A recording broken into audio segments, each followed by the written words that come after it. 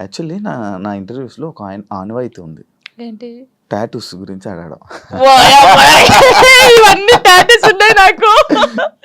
నా ప్రతి ఇంటర్వ్యూ ఉంటుంటే కొన్ని ఇంటర్వ్యూస్ లో బాగా జనాలు కనెక్ట్ అయ్యే టాపిక్ నాకు నీ టాటూస్ చూస్తుంటే నా కళ్ళు అటే వెళ్తాను. ఇందనేది నేను అదే చూస్తాను. ఈ వాచ్ పెట్టుకున్న దగ్గర అయితే మొత్తం ఏదేదో కొట్టేసినట్టు అనిపించింది. ఇది అప్పుడు టోనీ పేరుండే, ఇది చూపు ఇక్కడ టోనీ పేరుండే. ఓకే, దాన్ని ఏం చేసావు? ఫ్లవర్ వేయించాడు. ఫ్లవర్ వేసిన తర్వాత అమ్మో ఇంత పెద్దగా ఉంది, రిమూవ్ చేపిస్తున్నాను. యాక్చువల్లీ ఇదేమో లిరిగంది, ఇది నార్మల్ గా స్టార్. నార్మల్ గా స్టార్ అప్పుడు ఆయనకి ఏ రాలేదు స్టార్, దాన్ని కూడా ఏదో గీకినట్టుంది. గీకలేదు, కరెక్టే, అది స్టారే, కావాలని చూసుకోండి, ఏది గీకలేదు. అదే టాటూ వేయడానికి ఏ రాలేదు ఆయనకి, ఏ రాకపోతే ఏదో ఒకటి వేసేయరా అని. అప్పుడు బాగా ఇష్టం నాకు టాటూస్ వేసుకోవాలి అదని. ఇది నార్మల్ గా మా ఫ్రెండ్స్ ఉంటారు 6 members, ఇక్కడ ఎస్ ఉండే, సిరి అని సుచి అని ఇలా మా ఫ్రెండ్స్ ఉండే. ఈ ఎస్ చూసి ఎవడో అనుకోని నా కామెంట్, ఎస్ అంటే ఎవడి పేరు పెట్టుకున్నావు, అమ్మ ఏంటి రాచర్రా ఇది, ఎవరో ఏమనంటే మార్చేస్తావు అంటే మార్చేయడం కాదు, ఎందుకు ఈ గొడవ మనకి అవసరమా అంటే, మా ఫ్రెండ్స్ నా నుంచి విడిపోయి 2 years అవుతుంది. వాళ్ళు కూడా ఎందుకు యాక్చువల్లీ ఏంటంటే మా ఫ్రెండ్స్ సైడ్ డాన్సర్స్ అన్నమాట, యూనియన్ డాన్సర్స్. వాళ్ళే నాకు అన్నీ అప్పుడు. ఎంతమంది? ఇద్దరా? 5 members. వాళ్ళకి ఇక్కడ జాను అని ఉండిద్ది, వాళ్ళకి జాను అని ఉండిద్ది. నేను మాత్రం అందరికి ఎస్ వస్తుంది కదా, షైని, సుచి, సంగీత అని ఉంటారు వాళ్ళ ఎస్. సో నేను ఒక్కదాన్ని ఎస్ వేసుకునేదాన్ని. సో వాళ్ళు మాత్రం ఇట్లాగా జాను అని వేయించుకున్నారు. మేము అలాగా అప్పుడు ఇంకా బాగా స్టైల్ మాకు, టాటూస్ వేయించుకోవాలి, ఇలా ఉండాలి అలా ఉండాలని. వాళ్ళు ఏంటంటే కొన్ని కారణాల వల్ల వాళ్ళు దూరం అయిపోయారు. నేను వీళ్ళతో మాట్లాడడం ఇష్టం లేదు కొందరికి, మాట్లాడడం వాళ్ళకి ఇష్టం లేదు. వాళ్ళు ఏం చేశారు, నా కోసం, నా హ్యాపీనెస్ కోసం, మనం ఉంటే జాను హ్యాపీ ఉండలేకపోతుంది, వాళ్ళు ఏమని చూసుకోలేకపోతున్నారు అని చెప్పేసి నా మీద ఒట్టేసి వెళ్ళిపోయారు. ఇప్పటికి 3 years అవుతుంది, కనీసం నాకు ఫోన్ చేయరు. నా బర్త్డేకి మాత్రం ఇప్పుడు నేను ఇంటర్వ్యూ చేస్తున్నాను కదా, ఇది చేసేది కూడా వాళ్ళకి తెలుసుకుంటారు పక్కన ఉన్న వాళ్ళని, జాను ఎలా ఉంది, ఎక్కడ ఉంది అనేది. వాళ్ళు ఇంకా నాకు అమ్మ నాన్నకన్నా ఎక్కువ, కానీ ఏదో రోజు కలుస్తారనుకుంటున్నా. చూడండి, వీడియో చూసి రాండి. ఇప్పటికైనా వెయిట్ చేస్తున్నా వాళ్ళ కోసం, చాలా వెయిట్ చేస్తున్నాను. ఏడ్చిన రోజులునే నేను వాళ్ళ కోసం. ఒక అమ్మాయి చనిపోయింది, సుచి అనే అమ్మాయి చనిపోయింది. అయ్యో, లవ్. అది కూడా లవ్. అది March 5th. నేను ఇప్పటికి పెడతాను, March 5th స్టేటస్ పెడతాను. సూసైడ్ చేసుకుంది. ఏం చెప్పాలనుకుంటున్నా ఇలా లవ్ బ్రేకప్ అయిపోయి సూసైడ్ చేసుకునే వాళ్ళకి? నేను ఒకటి చెప్పనా, మనకు రాసి పెట్టి ఉంటుంది, మనతోనే ఉంటుంది. ఎందుకు నేను ఈ క్వశ్చన్ నేను అడగడానికి ఒక రీజన్ ఉంది. బట్ లైక్ నీకు కూడా బ్రేకప్ అయ్యింది, దాని తర్వాత దాని నుంచి రావడానికి నీకు కూడా ఒక ఉండాలి, యాక్చువల్ ధైర్యం ఉండాలి, లేకపోతే ఆ స్ట్రాంగ్ ఉండాలి, ఇండిపెండెంట్ అయినా ఉండాలి. అదంతా ఇప్పుడు అలా ఉంటేనే మనం ఉండగలం బేసిక్గా. అందుకు నేను అడిగాను. అంటే సుచి ఏంటంటే తన కోసం అన్ని కొనియడము, మేము డాన్సర్స్ కదా, అప్పుడు డాన్స్ చేస్తూ డబ్బులు వస్తుంటే ఆయనకి అన్ని కొనిస్తుంది. ఎందుకే ఇన్ని కొనిస్తుంటే వానికి నేను తప్ప ఇంకెవరున్నారే అనేది. సరే అని మేమందరం ఊర్లు కదా, ఆ అమ్మాయిది మంచిర్యాల అనమాట, ఇలా వెళ్ళే వాళ్ళం కదా. వెళ్ళినప్పుడు మంచిర్యాలకి వెళ్ళింది. మేము షాప్కి వెళ్ళినప్పుడు వాడు వచ్చాడు అనమాట, మంచిర్యాలలోనే ఇంకో అమ్మాయితో వస్తే చూసి, అప్పటికి కూడా ఆయన ఏమట్లేదు, ఇలా చూసిన తర్వాత ఏంటన్నా ఎవరేమ్మా అంటే నా కజిన్ అని చెప్పాడు. మేమేమో కాదే అంటే, హే లేదు నా కన్నా అలా చేయడు, ఇలాగా పిచ్చిది. నిజంగా చెప్తున్నా, అమ్మాయి ఎంత బాగుంటుంది అంటే అంత బాగుంటుంది.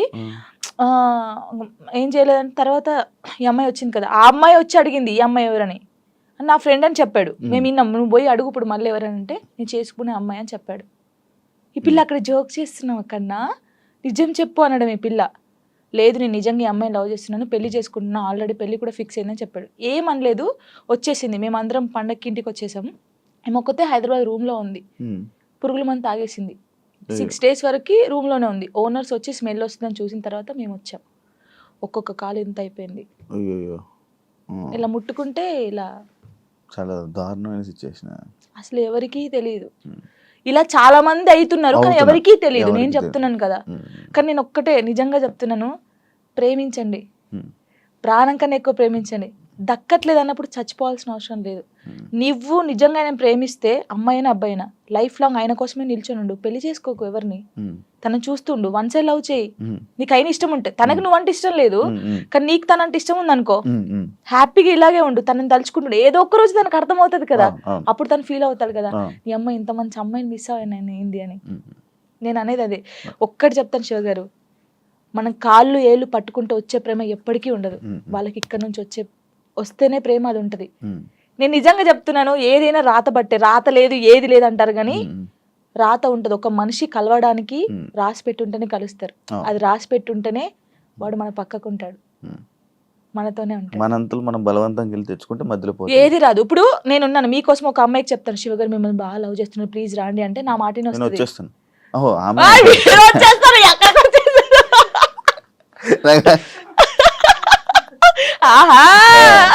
అప్పుడప్పుడు ఇలాంటి ఉండాలి. అలాగా ఒకరు చెప్తే వచ్చే ప్రేమ కాదు, మనం బతిలాడితే వచ్చే ప్రేమ కాదు, ఇక్కడ నుంచి రావాలి.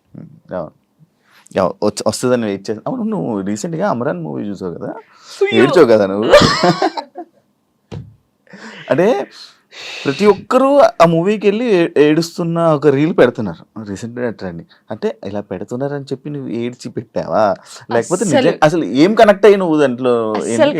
ఆ మూవీ ఇంటనే ఇప్పుడు నా కళ్ళకి వాటర్ వస్తున్నాయి. అది ఏంటి, అది నేను చూడలేదు. అంటే నేను ఇన్ని మూవీస్ చూసాను, నాకు సాయి పల్లవి అంటే చాలా ఇష్టం.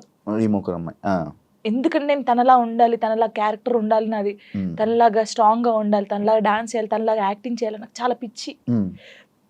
మూవీ చూస్తారు, అందరు బాగుంది బాగుంది అన్నారు, సరే పోనీ లే చూద్దామని పోయాం. అది నేను తీయలేదు వీడియో, కార్తిక్ గారు తీసాడు నేను ఏడుస్తుంటే. అదే ఇప్పుడు నేను కావాలని ఏడుస్తే అంతగానో ఏడుపు రాదు కదా ఎవరికి. ఇప్పుడు సడన్ యాక్షన్ ఏడు అంటే ఏ నుంచి వస్తుంది, ఒక ఫీల్ ఉంటేనే వస్తుంది.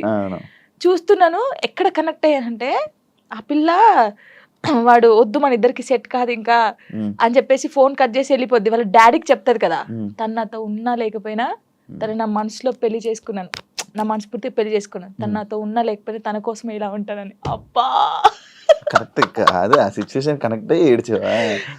అసలు మూవీ ఎలా ఉందంటే, ప్రేమించినోడు ఎప్పుడు పక్కకే ఉండాల్సిన అవసరం లేదు. తను ఎక్కడున్నా మనం ఇక్కడున్నా ఆ ప్రేమ అలాగే ఉండాలి. వాడు దూరంగా ఉన్నాడని ఇంకొక స్టెప్ వేయడము, వాడు దక్కట్లే అని చెప్పేసి ఇంకొకరి మీదకి మనం పోవడం అలా చేయకూడదు. వాడు ఉన్నా లేకపోయినా వాని కోసమే ఉండాలి. అది బాగా నచ్చింది నాకు.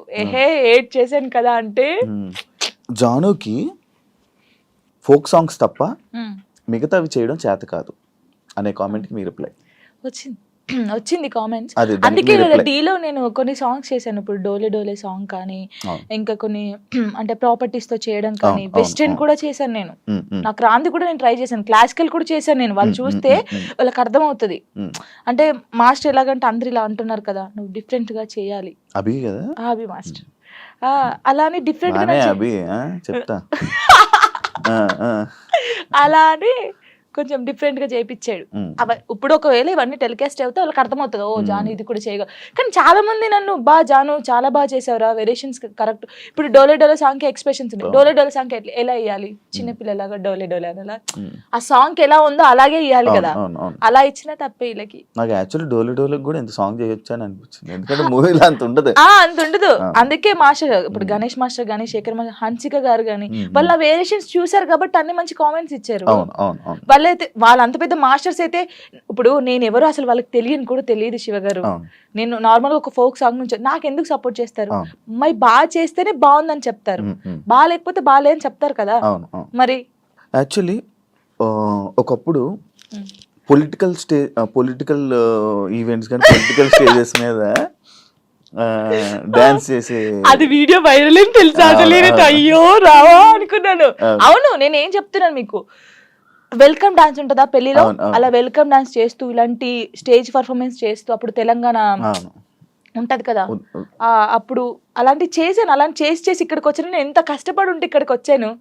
ఎవరికైనా బుద్ధి ఉంది, ఎవరే చూడండి నాయన, కావాలంటే ఆ వీడియోస్ చూడండి. అలా చేసి ఇప్పుడు అక్కడి నుంచి డైరెక్ట్ టీవీ. నేను చాలా హ్యాపీ. కష్టాన్ని నమ్ముకుంటే, కళను నమ్ముకుంటే.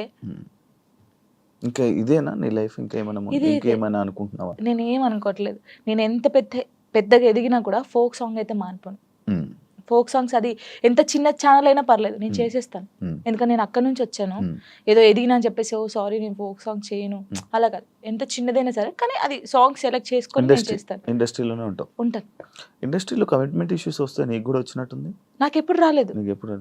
నాకు ఈవెంట్కి వెళ్ళినప్పుడు, ఎప్పుడు నెల్లూరు సైడ్, అది ఒక్కసారి వెళ్ళాను నేను నెల్లూరుకి. అసలు అటు ఈవెంట్స్కి వెళ్ళాను, తప్పని పరిస్థితి అప్పుడు, మనకి లిరి ఉన్నాడు చూసుకోవాలి. కానీ వెళ్ళినప్పుడు ఈ ఎవడో కూడా ఉంటాడు కదా, వాడు ఏంటంటే మనం కొత్త వాళ్ళం కాబట్టి వాడు అయ్యో ఈవెంట్ అయిపోయింది కదా, నేను స్టోరీలో కూడా పెట్టాను కదా, అవును అదే ఏంటి మన డీలో లైవ్ స్టోరీ చేసినప్పుడు పెట్టాను.